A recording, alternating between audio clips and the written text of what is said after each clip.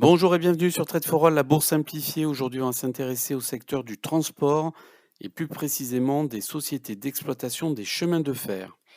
J'ai sélectionné 5 entreprises, 2 canadiennes, 3 américaines, et j'aurais voulu les comparer à une société française. Malheureusement, la SNCF n'est pas cotée en bourse. Du coup, je me suis retourné vers Alstom, une société française qui fournit des services et des équipements dans le secteur du transport et qui notamment est à l'origine de notre fameux TGV national. Alors je ne connais pas du tout ce domaine, mais notre outil de scoring va rapidement nous permettre de voir si l'une ou l'autre de ces entreprises mérite qu'on y place nos économies. Alors on démarre tout de suite avec la Canadian National Railway, qui est la première société canadienne d'exploitation de chemins de fer et qui s'étend également sur le territoire américain. Alors, dans notre outil de scoring, on tape le nom de l'entreprise. La valeur de l'action semble élevée d'après les valeurs d'indicateurs. Le PER est un petit peu haut, mais reste largement en dessous du PER secteur. Par contre, le PEG et le PBR sont quand même très élevés. On voit que l'action a gagné 27% par an depuis 10 ans. Par contre, cette progression semble se tasser, car à 5 ans et à 1 an, on descend autour de 18%, voire un petit peu moins. Le cours de l'action à 10 ans montre une progression nette de la valeur, mais on voit des dents de scie qui sont bien visibles sur le graphe à 5 ans, ce qui dénote une petite instabilité de la cote. On retrouve cette instabilité sur le cours à 1 an, même si globalement l'action prend de la valeur en continu depuis de nombreuses années. Au niveau de la santé financière, le revenu a tendance à augmenter, mais le résultat net est en baisse et la dette augmente, même si le taux d'endettement reste très raisonnable. La marge d'exploitation, quant à elle, est confortable avec plus de 40%. Pour le dividende, c'est pas terrible avec un taux annuel de seulement 1,6% pour le dernier taux et un graphe qui montre que même si le versement des dividendes est constant, il n'est pas stable dans le temps. Au final, on a une signature de l'action teintée de rouge, un score rendement qui n'est pas bon et un score action qui est assez moyen. Donc, comme vous l'aurez compris, je ne suis pas convaincu par le dividende, que ce soit le taux qui est assez bas et le modèle de versement. Du coup, je ne vais pas investir dans cette entreprise.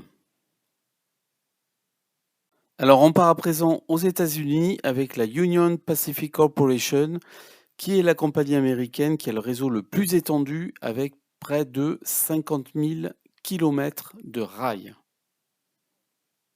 De retour dans notre outil de scoring, on tape le nom de l'entreprise. La voilà. On démarre par l'action. Alors, on a des indicateurs tricolores. Donc, un PER qui est un petit peu élevé avec quasiment 27 points, mais qui reste quand même en deçà du PER secteur. Un PEG également un petit peu élevé, un PBR qui est quand même très très élevé avec plus de 11 points. Les indicateurs sur l'augmentation moyenne annuelle de l'action sont tous au vert. On constate que l'action a pris en valeur en moyenne 43% chaque année depuis 10 ans.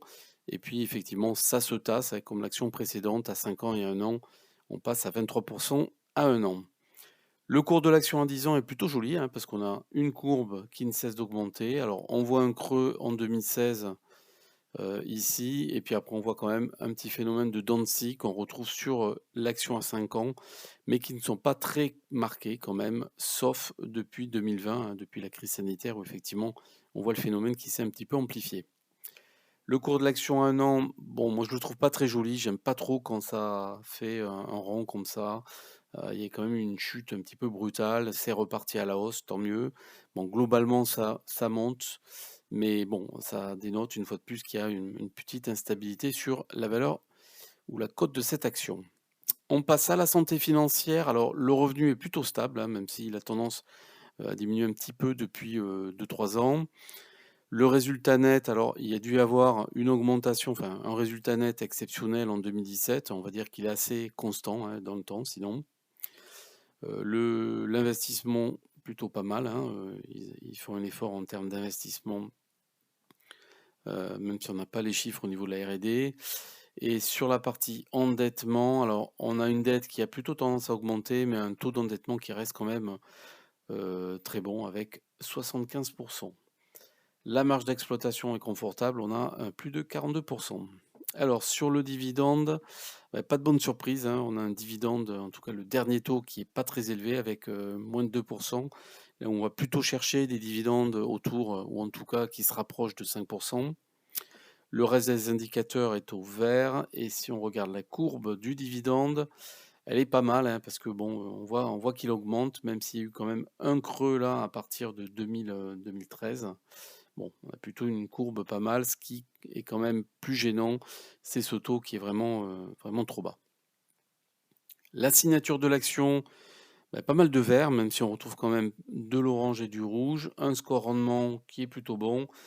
Un score action qui également est assez bon avec deux valeurs au-dessus de 65%. Comme on l'a vu, cette compagnie a plutôt de bons scores. Malgré tout, le taux dividende, à mon sens, est un petit peu trop bas. Du coup, je ne vais pas investir dans cette entreprise. Alors, on passe à présent à la Canadian Pacific Railway, qui est la seconde compagnie du Canada, qui est présente également sur le territoire américain et qui a comme particularité d'avoir choisi un des symboles du Canada, le castor, comme logo. Alors, la Canadian Pacific Railway, la voilà. Alors, on retrouve un PER qui est quand même assez équivalent aux précédentes entreprises, hein, autour de 20 points, un petit peu élevé toujours, mais toujours en deçà du PER secteur. PEG, PBR, toujours trop élevé. Donc, ce qui peut vouloir dire que la cote de l'action ou la valeur de l'action est beaucoup plus élevée que la valeur réelle de l'entreprise. Donc, on va acheter une action beaucoup trop chère. Sur l'évolution de l'action, on voit une belle progression de 47% par an depuis 10 ans en moyenne, qui se tasse à 5 ans et encore plus à 1 an, puisqu'on a une augmentation seulement de 12%, pardon, ce qui est déjà très bien. Au niveau des courbes, on voit effectivement pas mal de fluctuations. C'est un petit peu plus marqué que sur la précédente entreprise, avec toujours en 2016 un creux. Et on le voit bien sur le cours à 5 ans, des dents de scie assez marqués, notamment depuis 2020. Le cours de l'action 1 an, bon, il n'est pas joli du tout, hein, ça monte, ça descend, ça monte, ça descend. Bon, pas grande stabilité, même si l'action a plutôt tendance à un petit peu augmenter. Mais bon, j'aurais fait cette vidéo en octobre 2021, j'aurais dit qu'elle était stable, voire qu'elle baissait un petit peu. Donc ça, il faut regarder sur la durée. La santé financière à présent, revenus qui augmentent très bien, résultat net plutôt à la hausse, très bien, investissement ok. La dette qui monte un petit peu en 2020, année un petit peu particulière, sinon elle est quand même assez stable. Malgré tout, le taux d'endettement est très élevé avec du 216%, ça c'est quand même beaucoup. Marge d'exploitation assez haute, hein, on frôle ou on frise les 50%. Sur le dividende, alors là, pas bonne nouvelle, on voit du 0,8% de taux de dividende, on voit même une augmentation moyenne sur 5 ans qui est négative, hein, et même sur 10 ans qui est négative. Effectivement, quand on regarde la courbe, il y a eu un gros pic en 2005 et depuis, ça monte, mais c'est quand même très bas. Donc bon, c'est pas trop ce qu'on va rechercher comme valeur de dividende. La signature de l'action, du coup, s'en ressent, hein, avec une optique rendement qui est pas très bonne et une optique action qui reste au-dessus de 50%, mais bon, on n'est pas au vert, on n'est pas sur une belle courbe d'action, donc forcément, on reste dans l'orange. Pour cette action, hélas, même conclusion que les précédentes. On a un niveau de rendement qui est vraiment trop bas et on a constaté également un taux d'endettement qui est très élevé. Du coup, je ne vais pas investir dans cette entreprise. On passe à présent à la Norfolk Southern Corporation, qui est une compagnie américaine essentiellement présente dans l'est du pays et qui, comme les précédentes, fait partie des compagnies de classe 1, c'est-à-dire celles qui ont les plus gros chiffres d'affaires. Norfolk Southern, il n'y en a qu'une, très bien. Donc on voit des indicateurs qui sont quand même très similaires aux valeurs précédentes, au niveau du PER qui est quand même un petit peu plus élevé, le PEG toujours un petit peu élevé, le PBR très élevé également. Le cours de l'action est bon puisqu'on voit une augmentation de l'action à 10 ans, 5 ans et 1 an. Par contre, on voit des fluctuations qui sont beaucoup plus marquées que précédemment. On voit pas trop sur la courbe à 10 ans, alors avec toujours cette petite tendance baissière là sur 2016. Par contre, sur le cours de l'action à 5 ans, effectivement, on voit bien qu'il y a des dents de scie très marquées et qu'il y a pas mal de fluctuations de cette valeur, mais quand même une très belle hausse, une très belle courbe à la hausse de l'action de Norfolk. Le cours de l'action à 1 an, bon, difficile à commenter, hein. Bon, en moyenne ça monte, hein, mais on a toujours un petit creux sur octobre 2021. Voilà. La santé financière à présent, on a un revenu qui est stable, avec une petite qui est un petit peu en hausse, mais qui est quand même stable. En résultat net, bon pareil, hein, qui se défend, avec toujours une année exceptionnelle en 2017 comme les autres entreprises.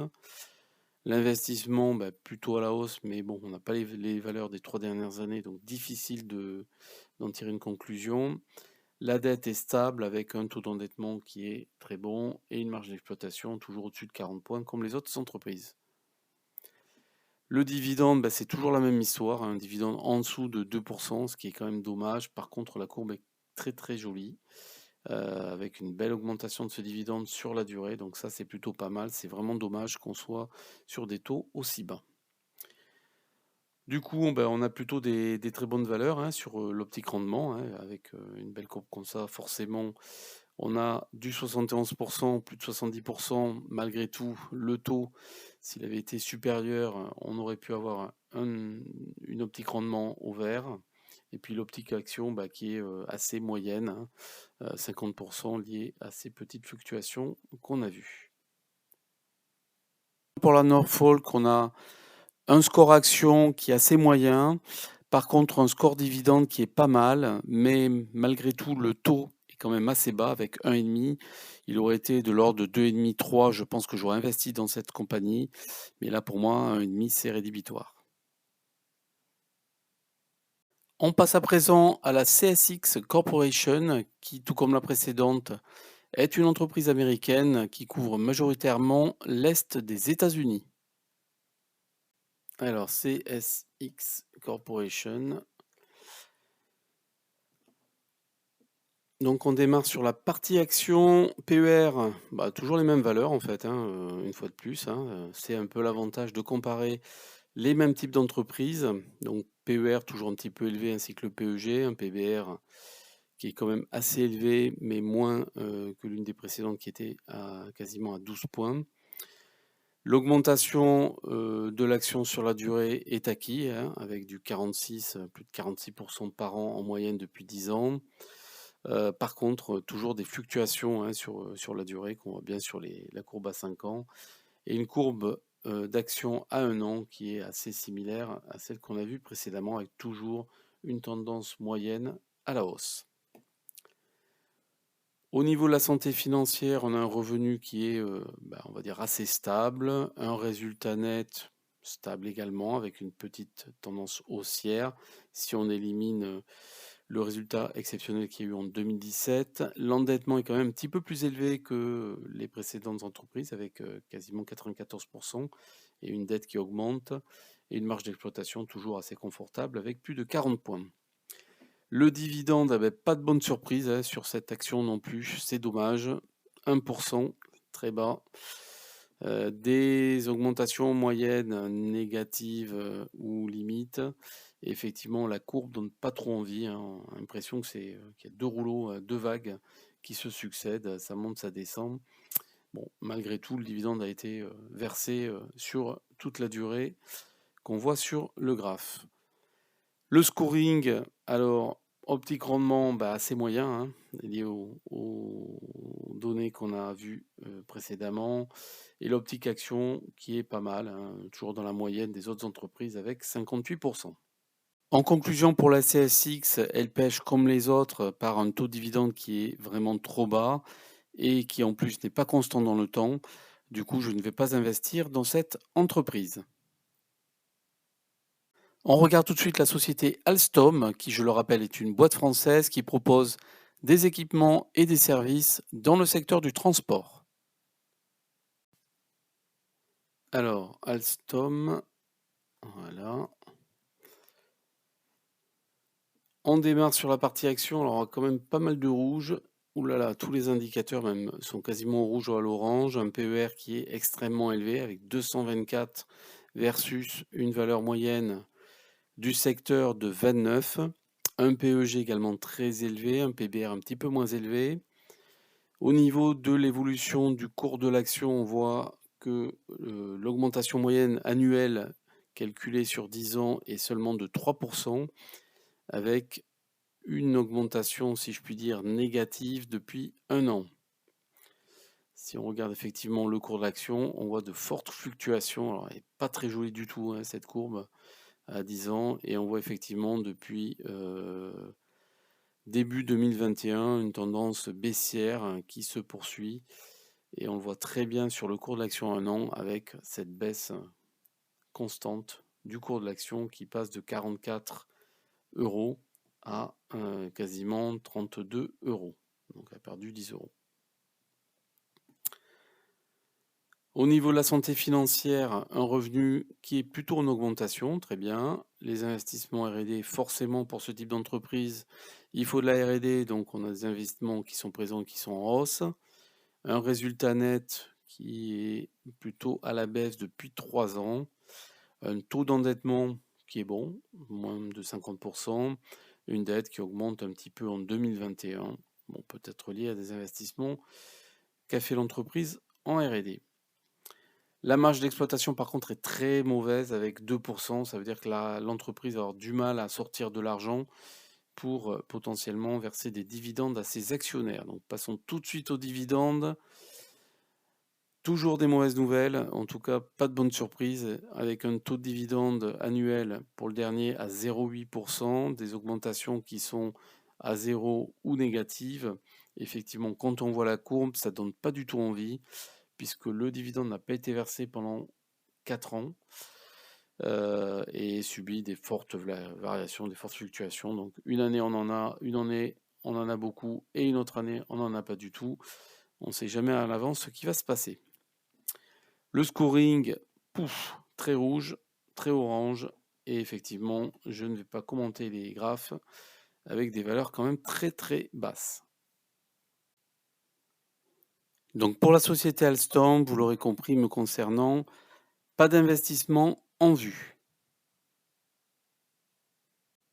Si tu as aimé cette vidéo, n'hésite pas à cliquer sur le pouce bleu et à t'abonner à ma chaîne.